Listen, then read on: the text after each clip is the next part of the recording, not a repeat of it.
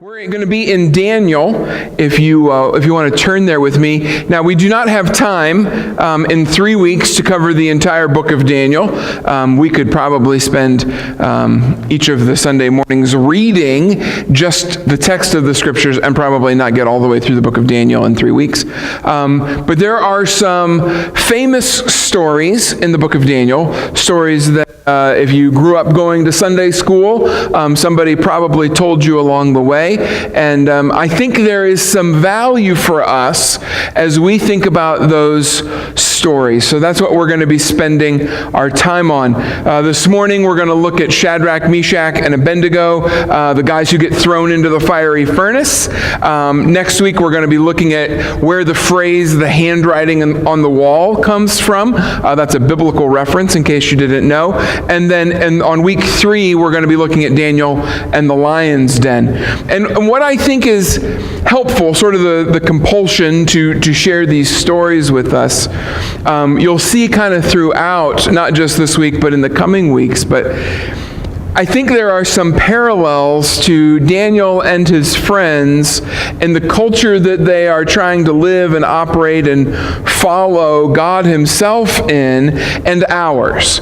And so as we think about how do we function in what feels like, right, certainly the news, if we're watching and reading, and it feels like an increasingly hostile world to those of us who are men and women who are trying to be of faith, who are trying to follow an exclusive Jesus and his claims and take them seriously. And how do we love this place and these people who in some ways don't like us or what we stand for, and the conflict that gets created in there. And so I'm going to, hopefully, over these next 3 weeks, to sort of unpack and give us some, how do we function? How do we operate? How do we walk day in and day out in the midst of this hostile culture?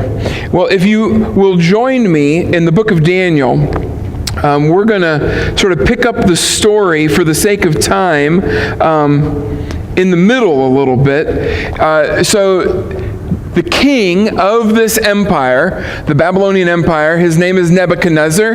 At the beginning of the story, he is not a very nice guy.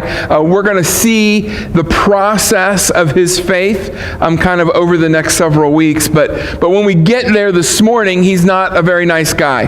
And so he's the king of this empire.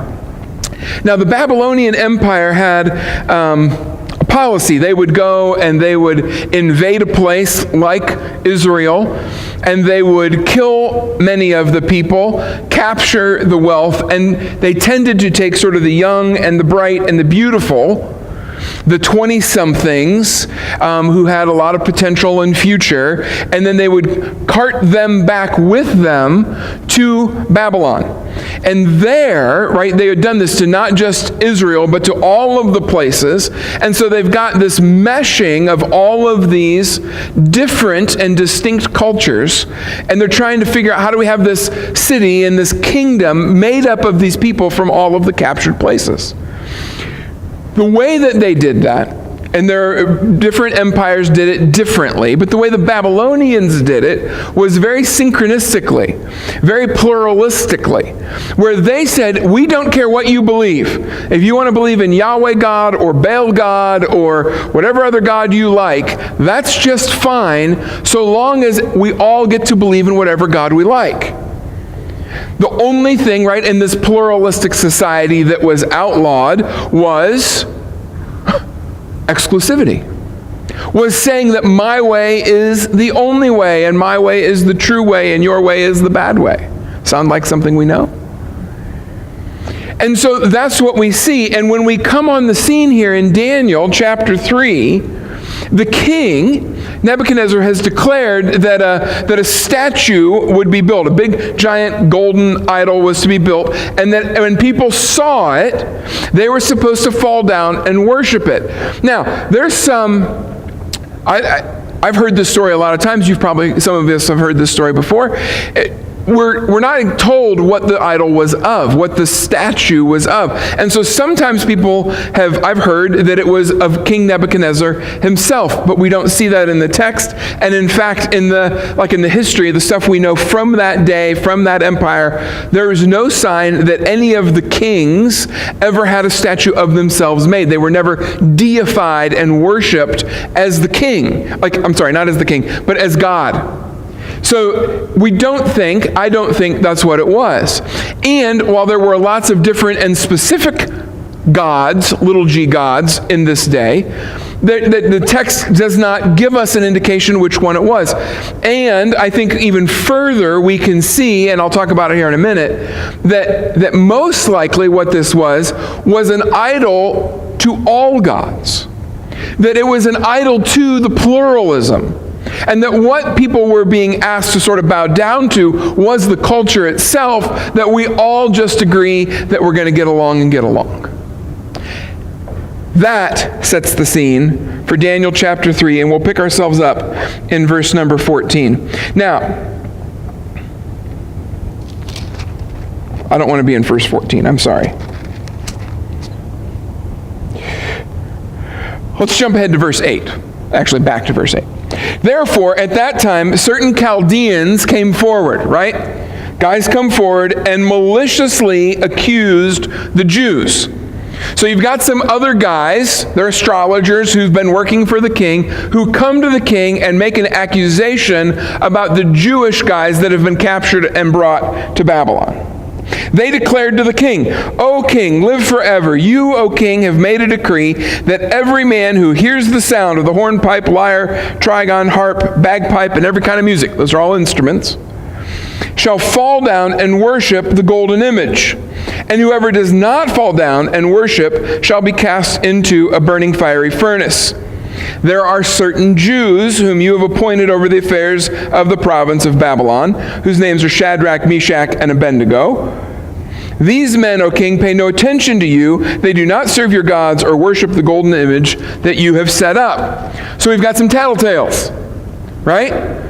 We've got some guys who are jealous of Shadrach, Meshach, and Abednego, and they've heard this thing. They see these guys are not worshiping the golden image, and so they come and they tattle to the king.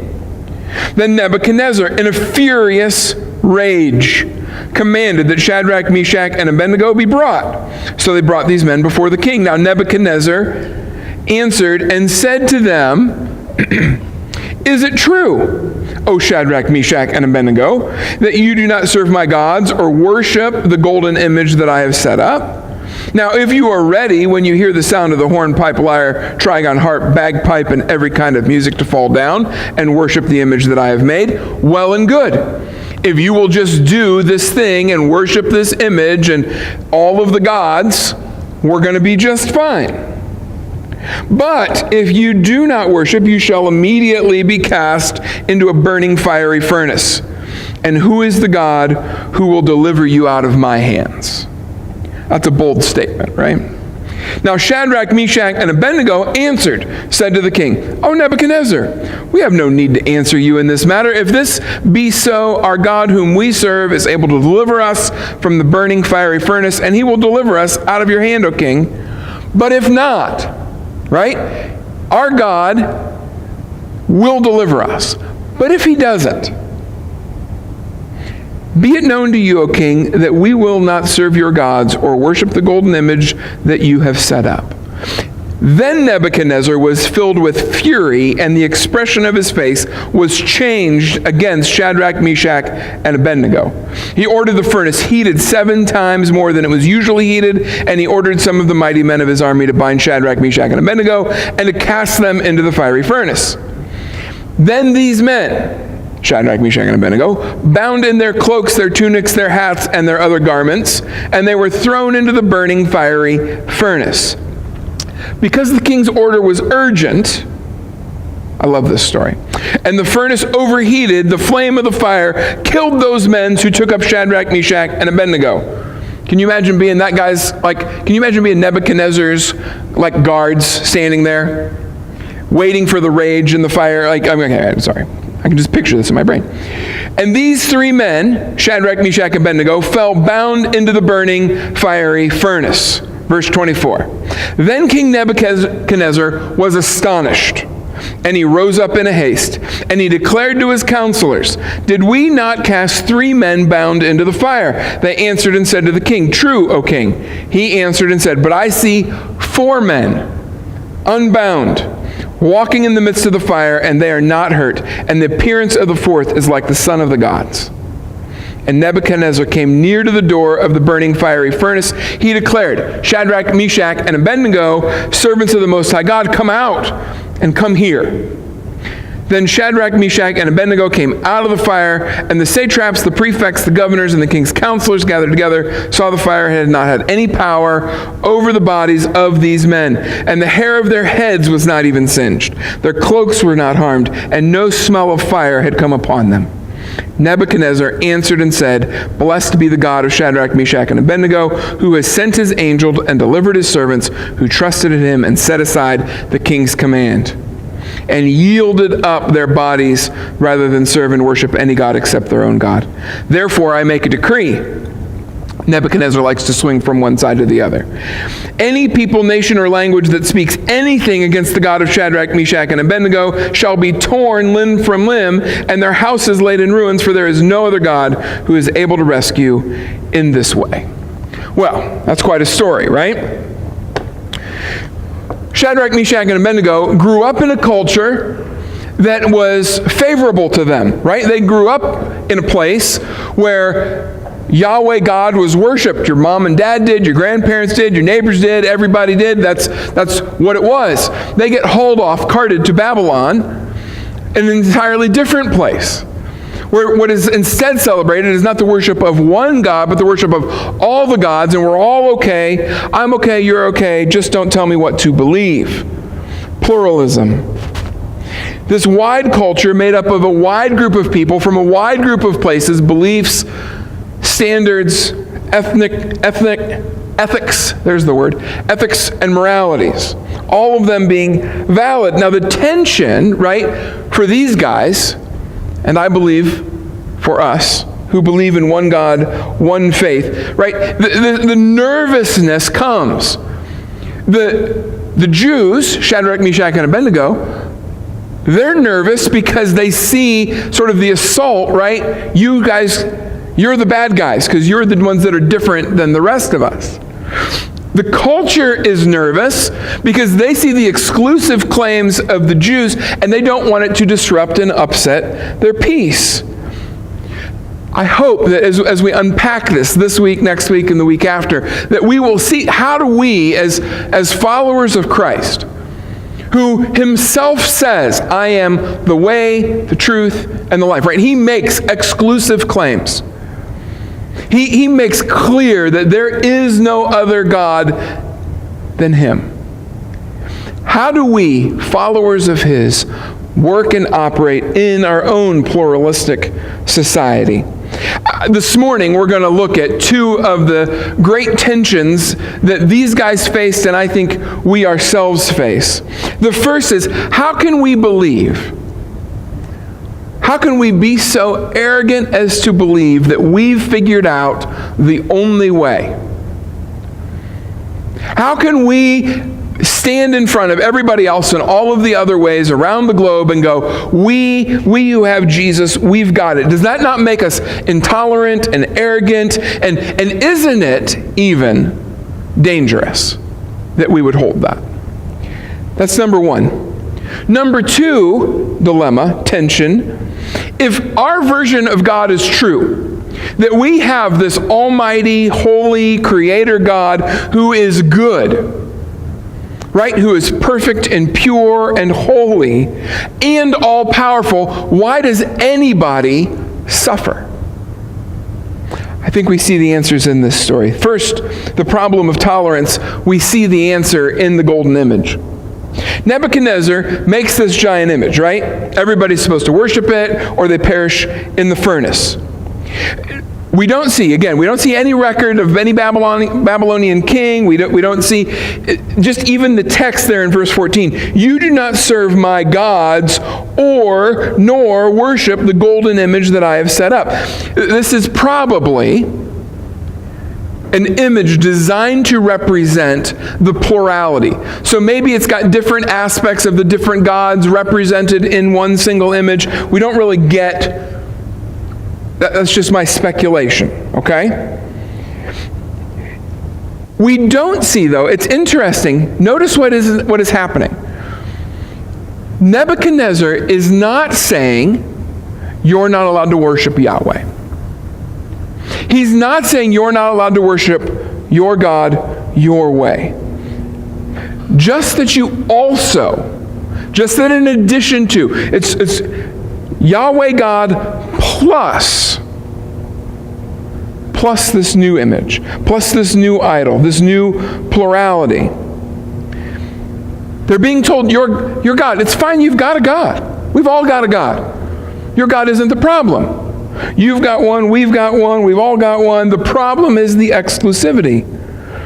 The problem is when you say your way is better than my way, that your way is valid and my way is invalid. They're coming and they're being told, you guys, you're responsible. The image's role is to prove to all of us that you just want to get along. That's the image's role. You need to prove that you're a good citizen, that you're not the bigot and the jerk, that you fit in by worshiping just like all of us, that you're going to laugh at all the same jokes that we laugh at. You're going to think the same things we think. Now, Nebuchadnezzar wants peace. The Babylonian Empire, other empires operate in different ways. There's multiple ways of doing this, but the Babylonian Empire chooses the synchronistic, pluralistic means of having a city that's at peace. It's sort of the glue of their government. How do I rule this diverse people groups from all of these different places who have gathered into this one spot? How do we assimilate them so that they can work and function and operate sitting next to one another? They didn't want ghettos of opinion and worship. They wanted this pluralistic society. You've got to quit. You people over there judging and opposing and oppressing, you've got to stop. We're all just in this melting pot together. Now, it feels pretty modern, right? It feels sort of like today. Now, the difference right here in the great US of A, we were not oppressed to be brought here. Nobody captured us, right, and put us in this room. That's not our stories. But the desire of the culture to press us into a spot and into a melting place where you're okay and I'm okay and you believe what you want to believe and I can believe what I want to believe sounds very familiar. People do today, clearly and plainly, not even in like mincing words. This isn't me putting my words in somebody else's mouth, say, the road to peace and unity is tolerance. The road to peace and unity is tolerance for one another. Just don't you dare assert that your way is the only way. If it works for you, if you want Jesus, if you want to get up on Sunday mornings and worship, that's great. Just don't tell me I'm supposed to. If you want to, right, if you want to sacrifice your goat in your backyard, well, actually, we're not allowed to sacrifice goats, I don't think. But I'm sure there's some animal rights person who would say that we weren't supposed to. Right? There's rules, but you're allowed to believe what you want to believe. We've been taught, right, who are the bad guys in our culture? It's the fundamentalists. It's the people who think they've got the truth. They're the ones who create the problems. Those who believe that their way is the only way, because that's what leads to totalitarianism, right? If I've got the only way, then my right, my privilege is to make everybody else believe what I believe. And we see that throughout not just modern day, but throughout human history. When totalitarian governments come in, it is often rooted in a theologic belief that we've got the answer, we've got the exclusive claim, and we're going to make everybody else. Because we have the exclusive claim, we can make everybody else believe what we believe. You can't have peace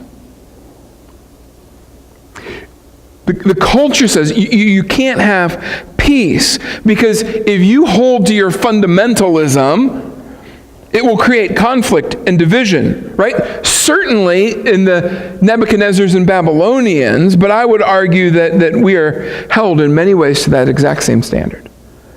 That if you want to hold to the exclusivity of Jesus, you are the one who is creating the conflict and the division. This is a serious issue.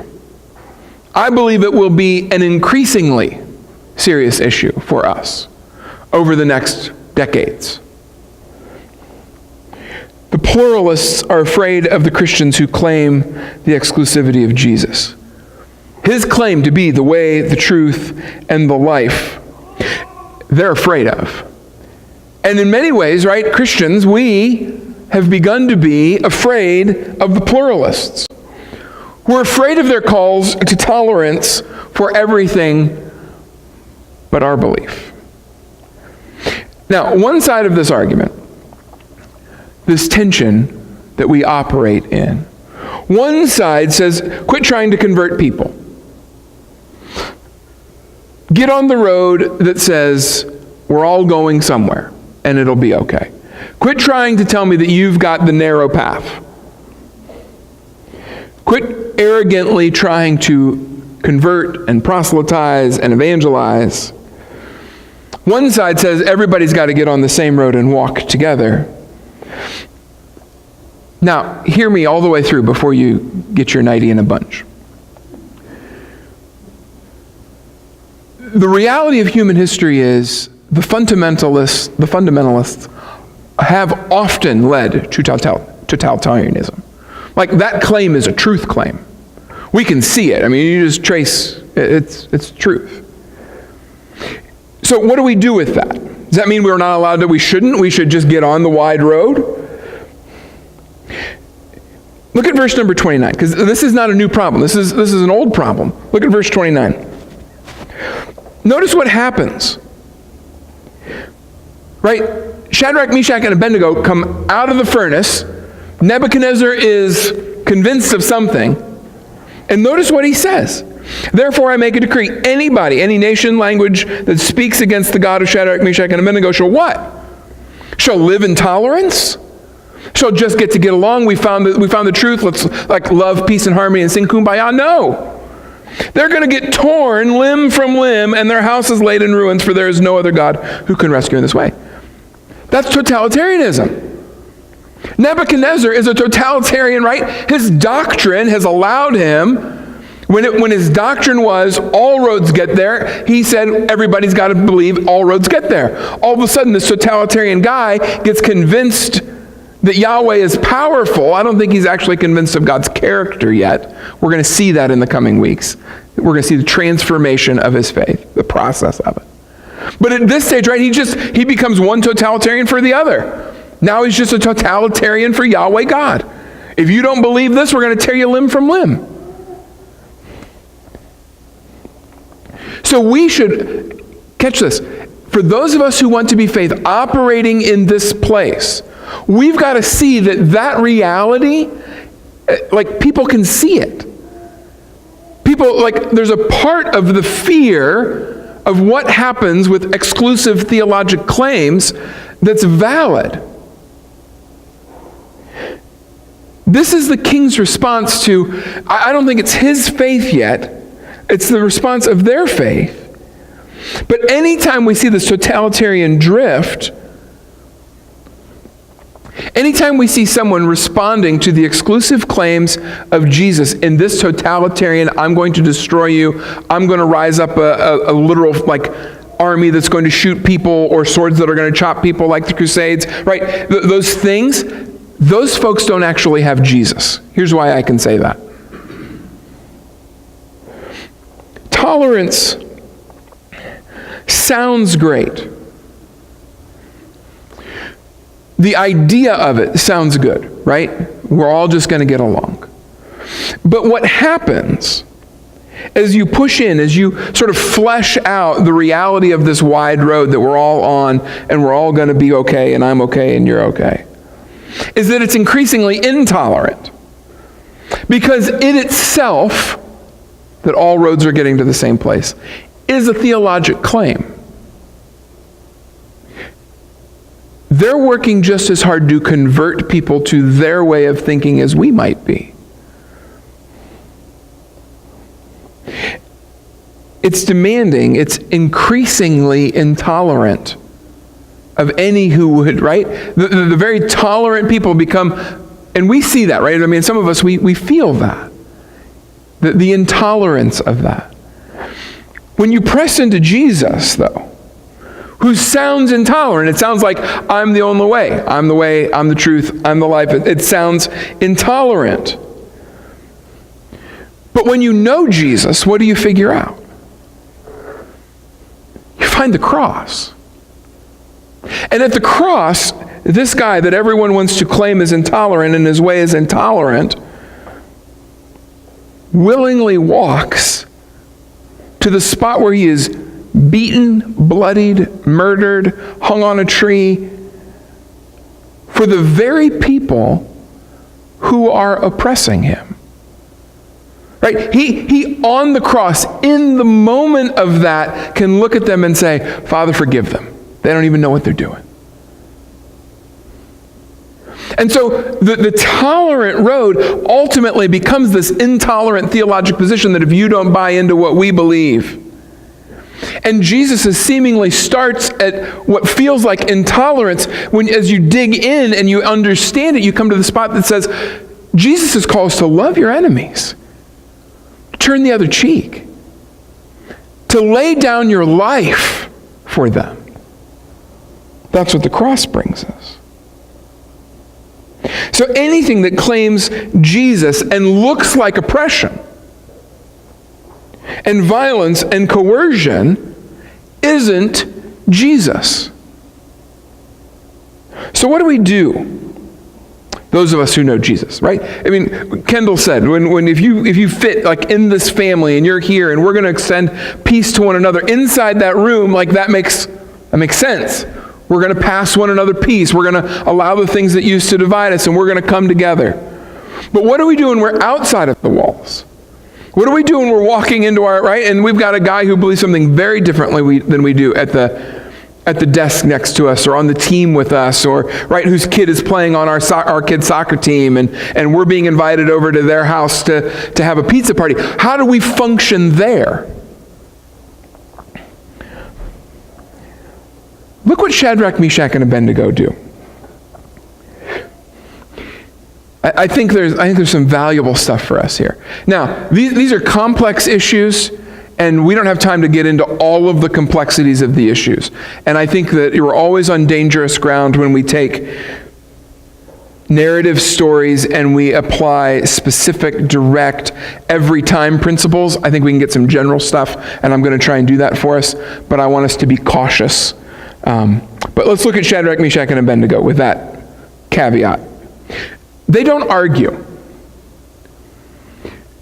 Shadrach, Meshach, and Abednego are brought before the king, and they don't posit great theologic statements and apologetics and here's why your God's wrong and don't you know this story, and that's not what they do.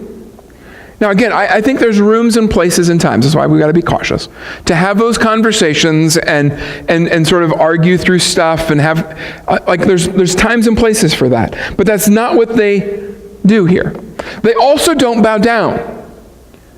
They don't get brought before and go, well, you know what, it's a whole lot easier to just say we believe what you believe even though we really believe in God, and so just to save our lives and to sort of save the drama, we'll bow down and worship this God and figure out some way to sort of get along with you. No, they refuse to bow. They go, Yahweh is the one and only true God. And then they leave that there. They stop. Their argument becomes their very lives. We don't need to answer. I mean, just look at verse 16. Shadrach, Meshach, and Abednego say to the king, O Nebuchadnezzar, we have no need to answer you. We don't need to argue with you. We don't need to convince you. Either you're going to figure out as a result of what's about to take place that God is who he says he is, or you're not. That's a you and God question. is what they're saying. We're comfortable. We're confident. We know this God is God. They live out their faith. The king, right? I mean, the king sort of loses his mind. He froths at the mouth. Who are you? Who are you to say this to me? Who are you to stand in front of me and sort of disrupt everything? What makes you so special, the king is saying to them. Won't you just bend? Can you not just see how your intolerant way is disrupting all of the stuff? But they live out their faith. They trust in the God they serve. Now again, having well-reasoned arguments for our faith and apologetic answers, it's great. We talked about Jonah and the whale, and as I said to you when we were like, if you want to think about how big of a whale would it take to swallow a guy so that he could live inside of it for 3 days, and does one of those actually exist, and we found these bones over here, like, that's great. I'm not opposed to apologetics. But I don't know anybody, and you can share with me when we're done if you do.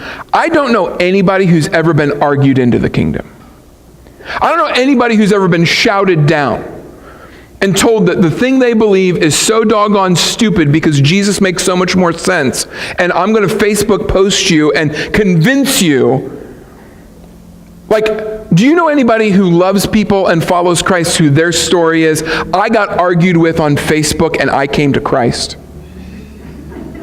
If you do, please, you can correct me when I'm done. I don't know anybody there. Apologetics have its place. And some of that, right, and we're supposed to reason, we're supposed to have answers. I think God sometimes does make sense.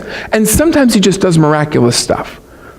And sometimes he walks into furnaces and nobody gets burnt up. And sometimes whole men get swallowed by big fish and live for 3 days and then vomited back up out on land. These guys don't try to convince him. They just live their life, they just walk in. These guys are living in a different way than the king, right? Do you see that in this moment? The distinction between what claims as tolerance and what is accused of intolerance. These guys the king is frothed up, angry, belligerent. He is literally, right, lighting people on fire while claiming to be tolerant. These guys are calm and respectful. And again, I think there's some room, but let me just give you a thought here. These guys had to be turned in. We don't see that what these guys did was went to where the image was and then boldly, angrily, with their picket signs stood there going, we're not going to bow down to your dumb idol. They had to be turned in. Somebody had to go to the king and go, do you realize that there are some guys over here who aren't showing up to stuff? They're doing, they're in their private lives, they're operating other than what you have declared. I'll let you parse out some of what you think that might mean. The king demanded that the whole nation bow down. The jealous astrologers, right, the guys who are disgruntled with them have turned them in. I think there's a principle here, though. I think that it's possible for us to live in a place where we love our neighbors, but we don't allow our belief in absolute truth to turn us into totalitarian jerks. We don't have to act like the unbeliever in the midst of their intolerance. We don't have to combat them in the same ways that we're being combated. Because we know what? Our true king will fight for us. These guys aren't sure of themselves. This isn't like we've got big guns strapped to our back and the moment your back's strapped, we're going to overthrow you. These guys are confident not in themselves. These guys are confident in their king, God himself. Well, that's the problem of intolerance. What about the problem of suffering? We're going to try and move quickly here. Think about the last 100 years.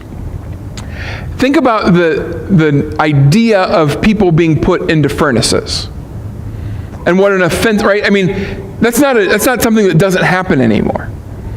Think about the number of people, right, that are still being sort of gassed by their totalitarian leaders, often in the name of religious purging. This is stuff still going on. People are still getting put into furnaces. Suffering is real. These guys, right, I mean, they're in a spot where they are in the minority. These are minority men in an empire. Being oppressed, being told what they can and cannot believe, and being forced to do something. The culture looks at that, certainly looks at the last 100 years and 1,000 years of history and goes, this is a sign. See, how can you believe in a good God? Because these bad, tragic things are happening. There's evil. There's real evil in the world. How can you believe in that kind of a God? God can't possibly love these men. Or if he does love them, he can't possibly be powerful enough to end their suffering. Why wouldn't he do it? Look at verse number 23. These three men, Shadrach, Meshach, and Abednego, fell what? Bound into the fiery furnace. And then the king is astonished and rose up. Right? The three men fall in. The king rises up and astonished. Why? Did we not cast three men? He answers and says, but I see what? I see four men. We bound up three men, but I see four. There's somebody in the furnace. The king thinks, as we keep reading, right? The king thinks what? The king thinks it's an angel. Now, we see several times in the Old Testament and even in a spot in the New Testament where there's something that gets referred to as an angel, but the language of it is a little different than sort of standard angels. Standard angels, created being angels, are the kinds of guys when they walk in, right, and somebody meets the angel and they fall down because they're afraid, and the angel goes, listen, you don't need to worship me. I'm just a created thing like you are. Get up. That's what the angel says to John in Revelation. That's what the angel says, right, to Mary and to Joseph. We'll see those stories here in a couple of weeks. I'm just an angel. You don't have to fall down and worship me. But we also see some spots where a specific angel walks in, and then there is worship. One of those is in Genesis when Moses walks into the burning bush, right? And if you read that text, there's an angel that comes in, and all of a sudden there's a voice speaking out, and the voice says to Moses, what? Take off your shoes, you're on holy ground. Well, that sounds very different than, hey, I'm just another created thing, just like you, and like you don't need to worship me, there's somebody worth worshiping. Because the burning bush says, take off your sandals. We see it in another spot in Joshua chapter 5. Joshua has led the nation of Israel, and they are ready to enter battle, and it says that the commander of the Lord comes and stands in front of him. And again, later on, it refers to him as an angel. And yet, Joshua is commanded to worship. Take off your sandals. Now, when somebody meets, right, ordinary angel, don't worship. And sometimes when they meet this angel, big A angel, Son of God angel, I don't think, hear me, I don't think the author knew. I don't think Shadrach, Meshach, and Abednego knew. I don't most certainly think that Nebuchadnezzar knew. But I believe we know that this is Jesus. This is pre-incarnate. This is, right, Jesus doesn't show up as a baby until the Gospels in Matthew, Mark, and Luke, hundreds of years later after this. What was Jesus doing pre-incarnation, before he came to earth and took on flesh?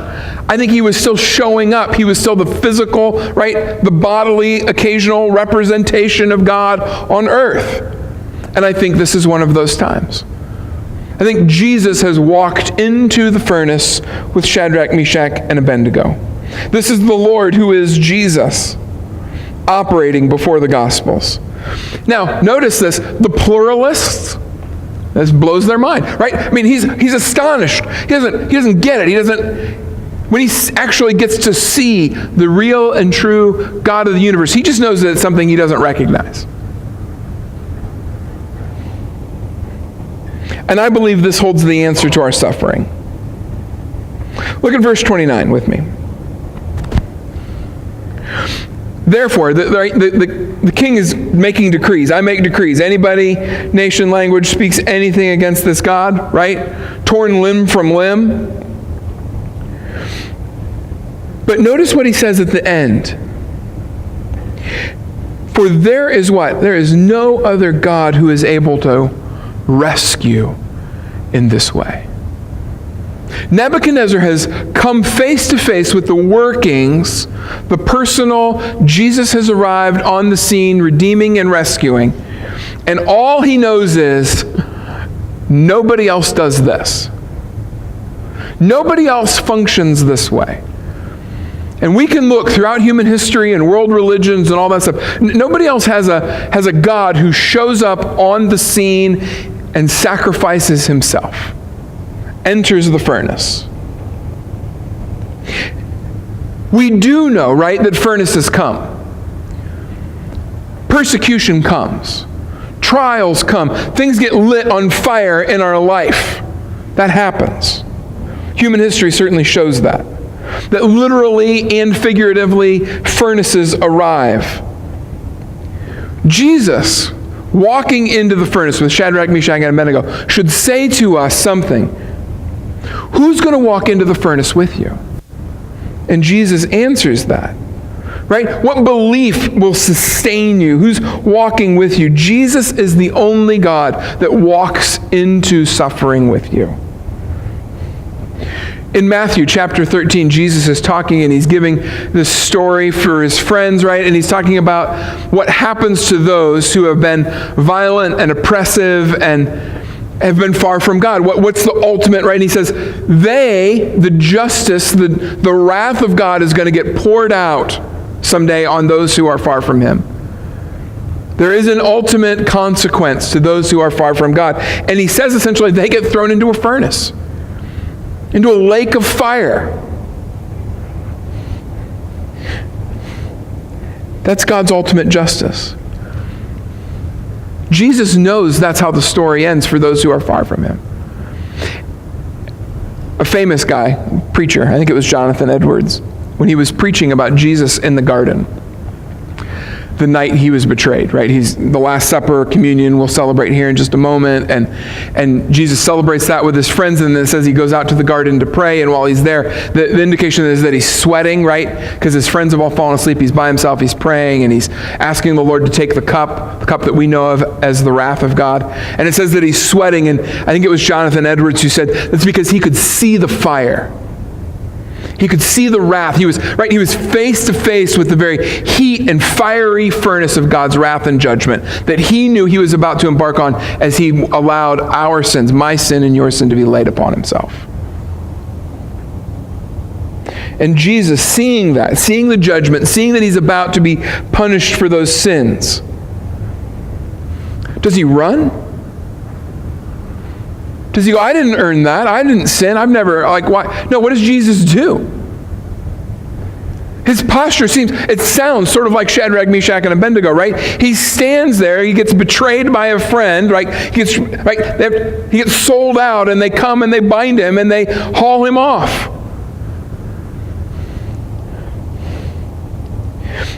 Jesus walks in to the suffering. God could have in heaven, right? I mean, I've got a lot of questions for God someday. One of them is this. Wouldn't it have been simpler for God to sort of just reach down his hand and go, it's a whole lot easier for me to just grab you and pull you up? Why did Jesus have to come and enter in? I don't know. That's a question for me, but it's astounding to me that that's what he does. Jesus comes and enters into the furnace for us. Meg and I have 5 kids. There is a unique thing that happens as a parent, as a spouse. Love is suffering. Our culture doesn't get that. It doesn't understand it. I think in many ways that's why they don't understand love. Love is suffering. There's a part of parenting, right, that when they're little, they do things like they don't sleep through the night. I've got some friends and they've got new babies, and that's the kind of stuff they talk about. Boy, I'm so tired and I can't sleep and I don't, it's overwhelming and you're suffering. Why? Because you love that child. When you go and you sit at a hospital with someone who loves the person who's in the bed and they're dying, they're suffering. Why? Because they love them. Sometimes when people are, right, they've been hurt, they've been wounded in relationships, and they go, what? I don't want to give anybody my heart in that kind. I don't want anybody hurt me in that kind of way ever again. Why? Because love is suffering.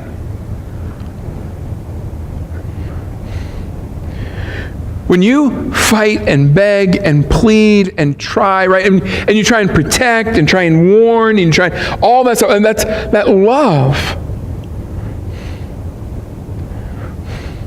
God our Father loved us so much that He sent Jesus to enter into our suffering. Jesus didn't just walk into the ultimate furnace, right? The furnace of sin and God's wrath and judgment. I think Jesus walks into every one of our furnaces with us. The little ones and the big ones. The ones that are hot enough to feel like they're going to consume us, and the ones that just sort of scorch our toes. He stands with us and He cries with us. He walks in with us. Why? Because that's His way. See, the exclusive claim of Jesus, that I am the way, the truth, and the life, means His way as He walks into suffering with us. That is the way. And when we suffer, when we walk those roads, we are like Jesus. Because suffering is where we learn grace and mercy and wisdom and patience, depth. Now we're going to unpack this more in the coming weeks. But I think we see in the process of faith a recognition that suffering and that willingness to walk through hard things with Jesus beside us, that Jesus has entered in and is with us in the midst of, is how our faith grows. Notice these three guys. I love the part, if I had to pick a favorite part of this story, it's verse 18. Right, the king has challenged them. What kind of a God? Who's going to save you from me? Do you not get this? You're about to be lit on fire. So quit messing around, fall down and worship, and let's be friends. And these guys go, we know who God is, and we choose Him. And we believe that He's going to save us. But I hope you find great comfort in verse 18. But if not, be it known to you that we will not serve your gods or worship the golden image. Friends, there are some times that we believe God is going to save us from something. That God is going to, right, He's going to get us out of this furnace, out of this trouble, out of this trial.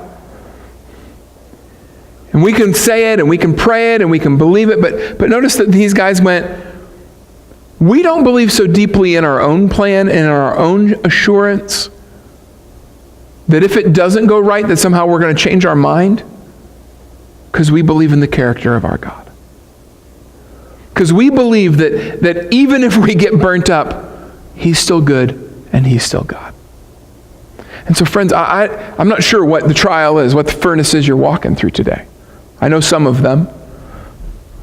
I'm praying for you and some of you in the midst of those things. But God's promise is that Jesus is going to be walking with us. And the beautiful thing I think we see in this story is that these guys were fireproof spiritually before they were fireproof physically. Their faith was sure that God was going to move and work, and their assurance was there long before, right? Deeper and more importantly than their physical well-being. And I pray that for us. May we find that kind of hope and that kind of faith. Let's pray together this morning. Father, we come. And we rejoice at a Jesus who enters in with us. We rejoice at a Jesus who would see the furnace, the reality of it, the pain of it, the heat of it, and in an ultimate way, go to the cross on our behalf. And in a day in, day out way, walk with us in the midst. And so, Father, I pray this morning for those who may not have that faith. They may not have that assurance. It feels like they're walking into the furnace all by themselves. And maybe they're afraid. Maybe that's why they're here this morning.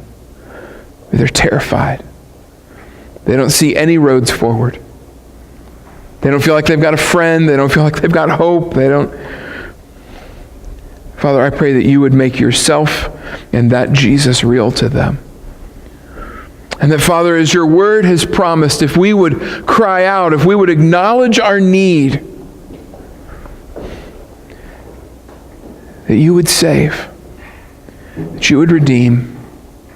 I'm thankful that that promise is not just true 30 years ago for me, but it is true today.